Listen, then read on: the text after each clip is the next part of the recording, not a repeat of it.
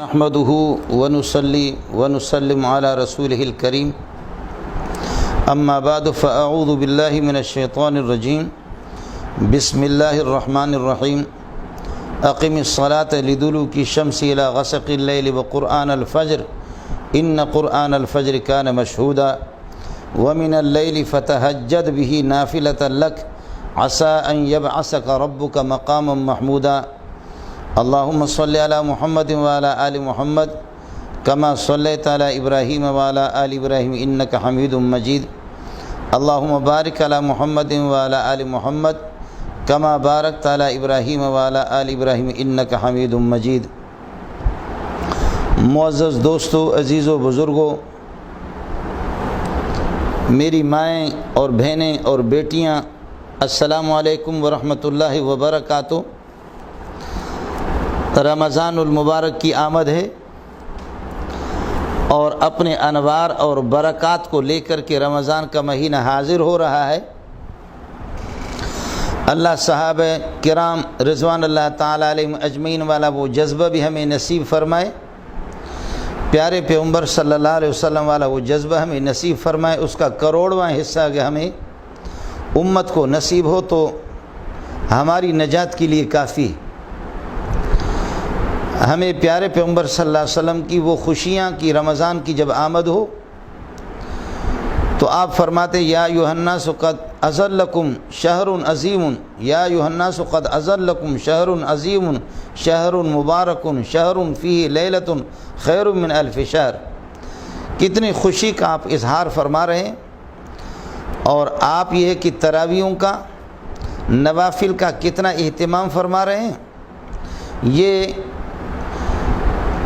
بالکل واضح بات ہے، اور امت مسلمہ کو اس وقت سے لے کر اب تک 1400 برس گزر چکے، 15ویں صدی شروع ہونے والی ہے،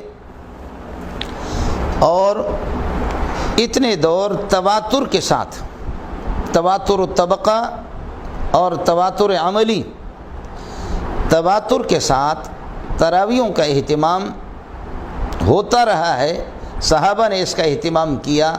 حرمین میں کبھی بھی 8 رکعتیں تراویحوں کا 8 رکعتیں تراویح پڑھی گئی ہو، یہ کبھی بھی اس کی تاریخ میں بھی نہیں۔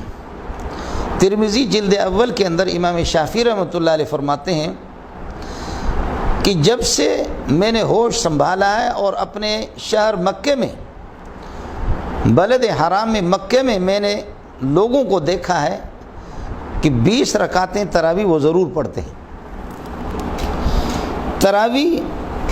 تراویحۃ عربی میں کہتے ہیں 4 رکعت کے بعد بیٹھ کر کے تھوڑی سی دعائیں اور ذکر و اذکار کا اہتمام کرتے ہیں، یہ تراویحۃ ہوتا ہے۔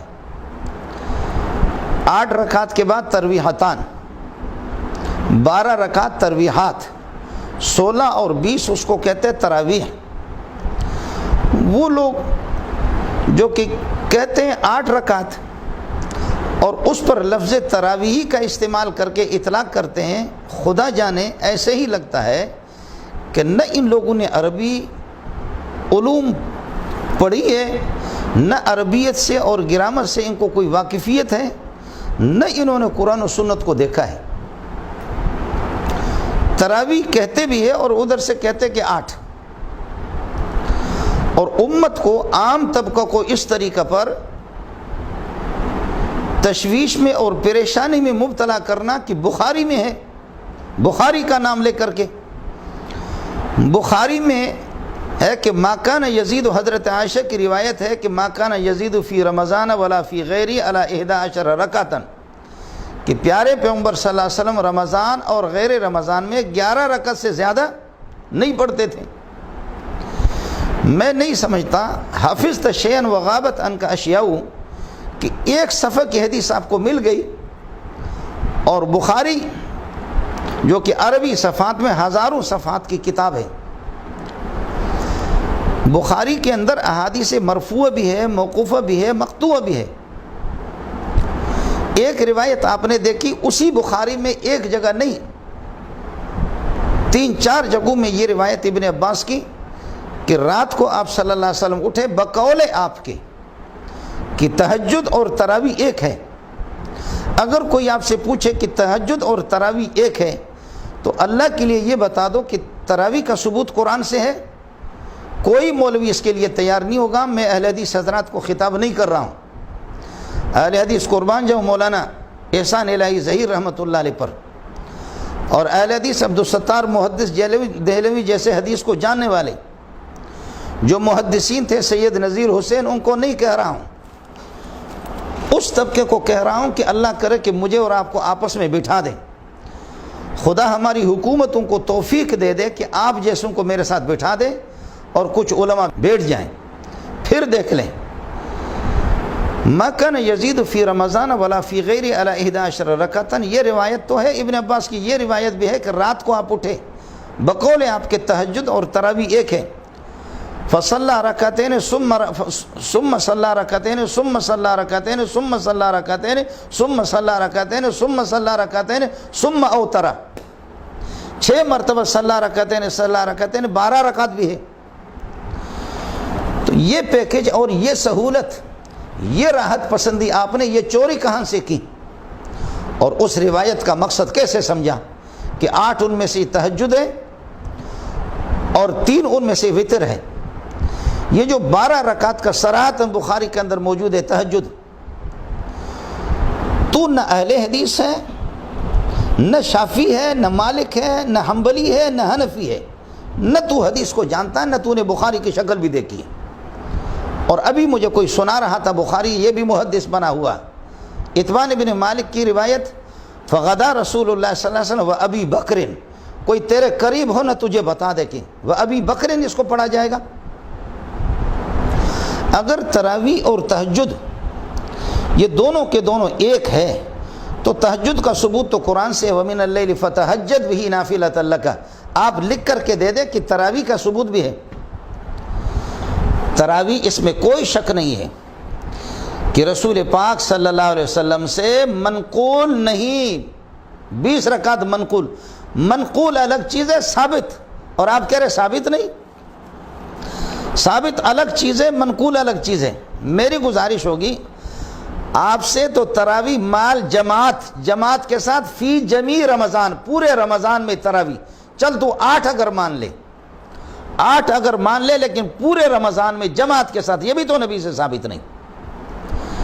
جماعت کے ساتھ پورے رمضان میں، عشاء کے بعد متصلاً 1، جماعت کے ساتھ پورے رمضان میں 2، ختم قرآن یہ بھی سنت پورے رمضان میں ختم قرآن۔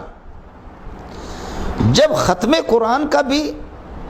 قرآن بھی منقول نہیں، لیکن یاد رہے کہ میں ثابت نہیں کہہ رہا ہوں، ثابت کا لفظ استعمال نہیں کر رہا، منقول کی بات کر رہا ہوں۔ ختم قرآن آپ سے منقول نہیں، عشاء کے فوراً بعد آپ سے منقول نہیں، فی جمیع رمضان آپ سے منقول نہیں۔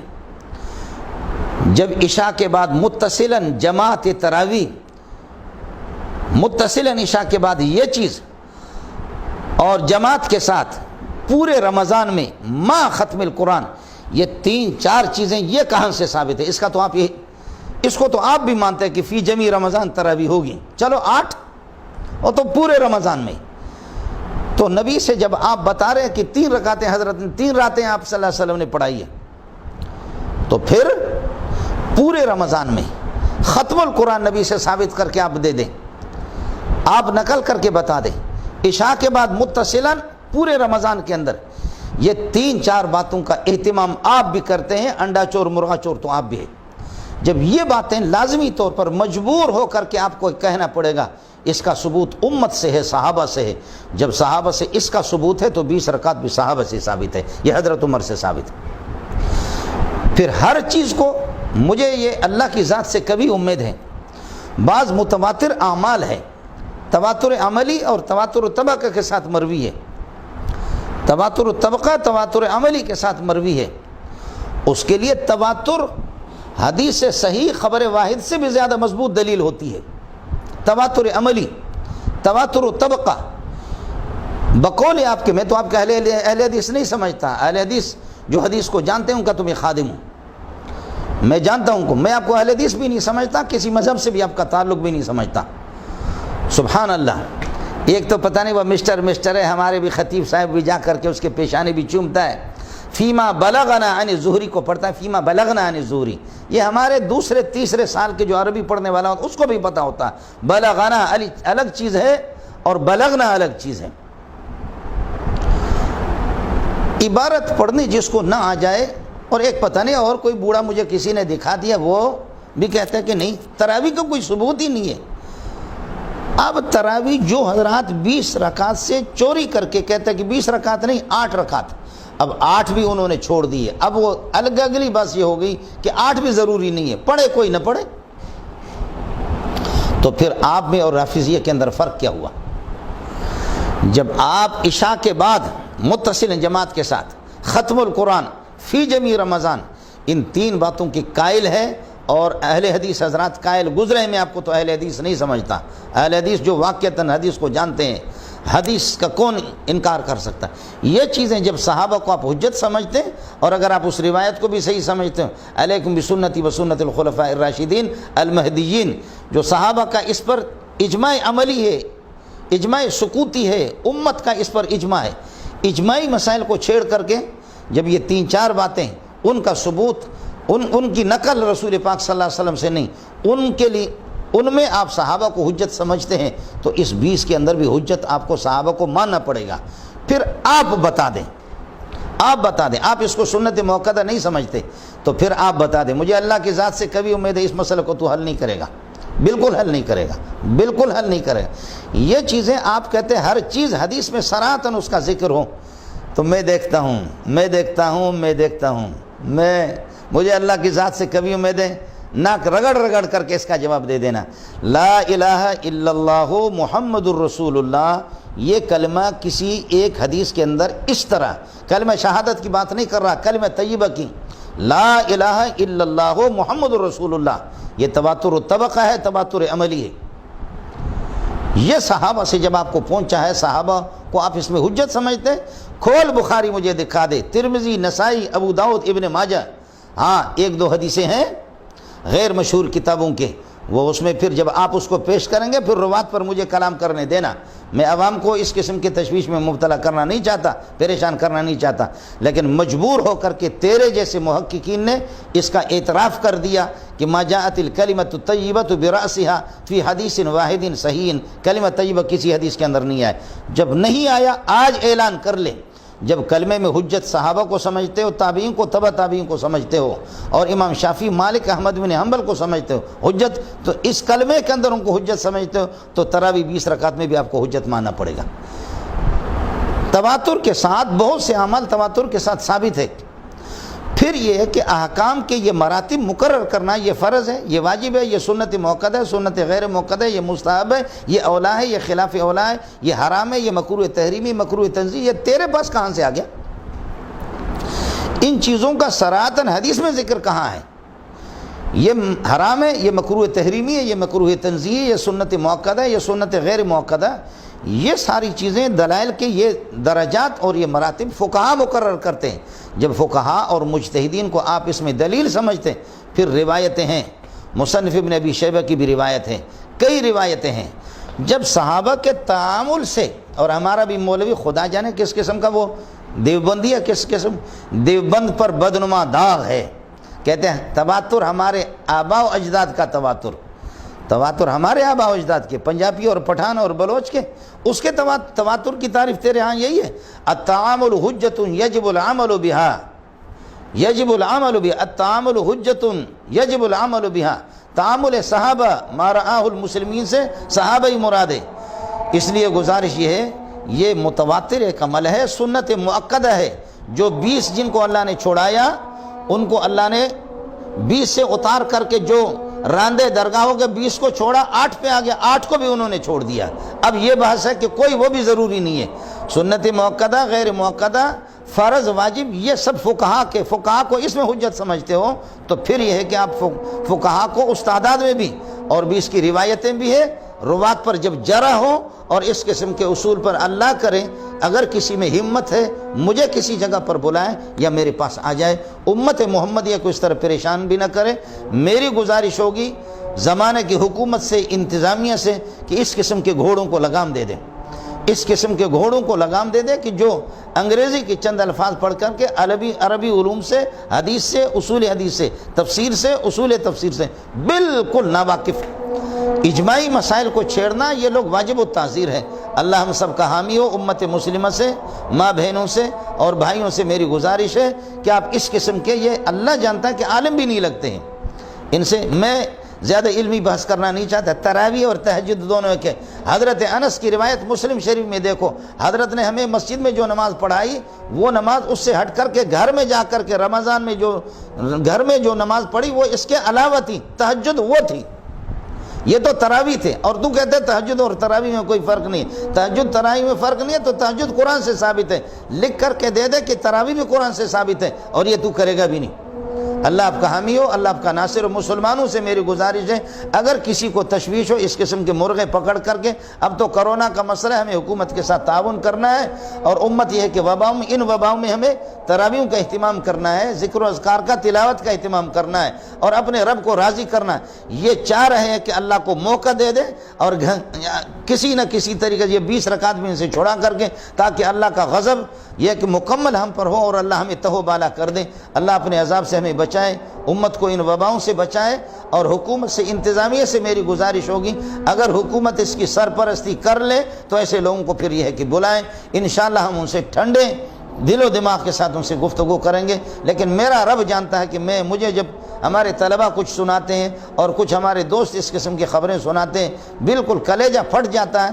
تھوڑی سی عربی پڑھ لیتے پتہ ہی چلتا کہ انہوں نے پڑھائی نہیں ہے، بالکل عربی علوم کو انہوں نے ہاتھ بھی نہیں لگایا۔ اللہ آپ کا حامی ہو، اللہ آپ کا ناصر ہو۔ وآخر دعوانا الحمدللہ رب العالمین۔